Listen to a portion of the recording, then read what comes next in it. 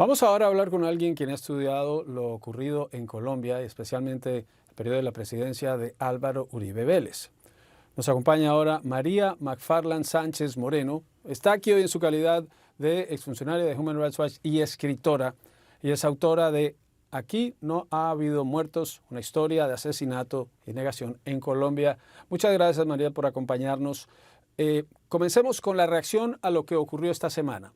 En primera instancia, y repetimos, es primera instancia, todavía tiene dos el equipo de defensa del expresidente para apelar, pero fue hallado culpable de dos delitos: soborno en testigos y fraude procesal. El expresidente Álvaro Uribe Vélez. ¿Cómo recibes la condena y la sentencia que se dio hoy? Sí, muchas gracias, Juan Carlos. Mira, la sentencia es muy impactante porque el expresidente Uribe ha sido una figura casi intocable en Colombia durante décadas. Fue muy popular en su momento.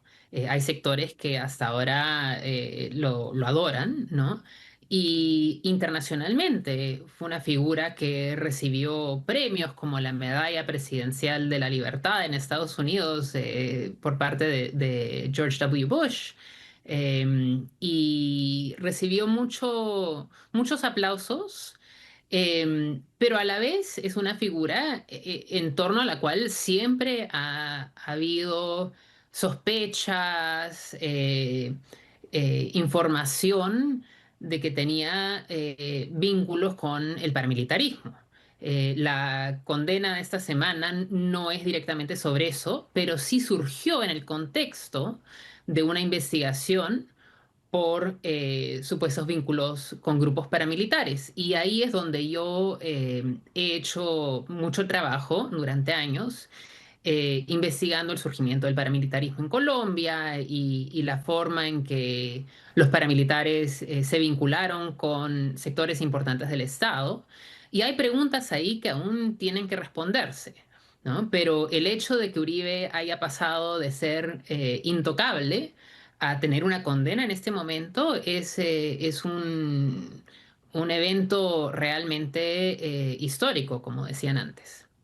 Uno de los argumentos de los abogados penalistas, diferentes abogados penalistas en Colombia, es la forma en que se obtuvieron las pruebas, que fue una interceptación que no iba en contra de Uribe, pero que resultó dando esta información, y dicen esas pruebas son ilegales. Dicen además se grabó la conversación de Uribe con un abogado, algo que también no consideran estos expertos debería haber ocurrido. Pero para quienes no conocen el tema de Colombia, y vamos a volver a Aquí no ha habido muertos, ¿cómo fue esa etapa? ¿Qué significa y qué responsabilidad le pudo caber al expresidente Uribe en lo que revela el libro, cuando, como decías y lo aclaramos, esta condena no tiene nada que ver con esos hechos, sino con denuncias de Uribe contra un senador que terminaron convirtiéndose en una investigación en su contra? Sí. Uribe estaba siendo investigado por supuestamente tener vínculos con grupos paramilitares, haber supuestamente conformado un grupo paramilitar cuando había sido gobernador del departamento de Antioquia, donde está Medellín. Esto fue en los años 90. Esa fue la época pico de expansión de los grupos paramilitares que se habían creado sobre la base de grupos de narcotráfico, ¿no? Efectivamente eran los narcotraficantes más grandes del país, pero que se aliaron con ciertos sectores de las fuerzas militares y otros sectores del Estado, supuestamente para luchar contra la guerrilla de la FARC. Los paramilitares cometieron abusos terribles, masacres, violaciones, asesinatos a gran escala en gran parte del país.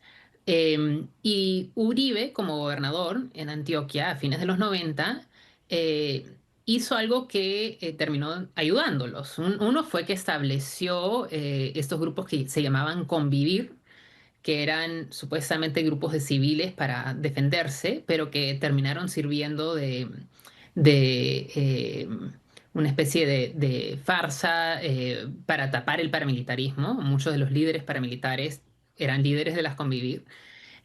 Y lo otro es que a pesar de que hubo muchas denuncias de que los paramilitares estaban matando a personas en zonas rurales, de que estaban trabajando con fuerzas militares, eh, esas denuncias no recibieron el tipo de apoyo, atención para detener lo que estaba pasando por parte de la gobernación de Antioquia.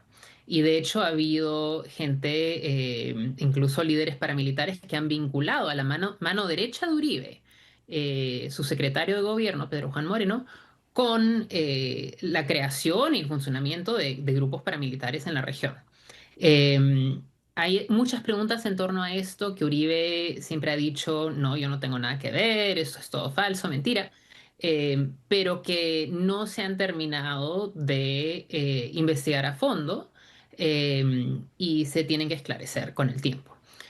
Posteriormente, como presidente, Uribe impulsó un proyecto de ley para la desmovilización de los grupos paramilitares que en un principio le habría dado eh, prácticamente una salida total de procesos penales a los líderes paramilitares. La Corte Constitucional detuvo eso y les exigió más verdad, pero Uribe estuvo impulsando una ley que era como lavarles la cara a los paramilitares. Y posteriormente, cuando hubo investigaciones por parte de la Corte Suprema, sobre los vínculos de paramilitares con el Congreso durante el gobierno de Uribe. Uribe atacó ferozmente a las Cortes, hubo todo un esfuerzo ahí por deslegitimar a la Corte Suprema que estaba llevando a cabo lo que se llamaban las investigaciones de la parapolítica. Así que nuevamente hay mucho por destapar, por esclarecer en esa historia. Esta condena no es directamente sobre eso, pero sí es un cambio importante porque durante años ha parecido que no era posible realmente investigar a esta figura tan reconocida. En el que hubo un enfrentamiento con la jueza hoy porque el fallo fue filtrado a pesar de la orden judicial.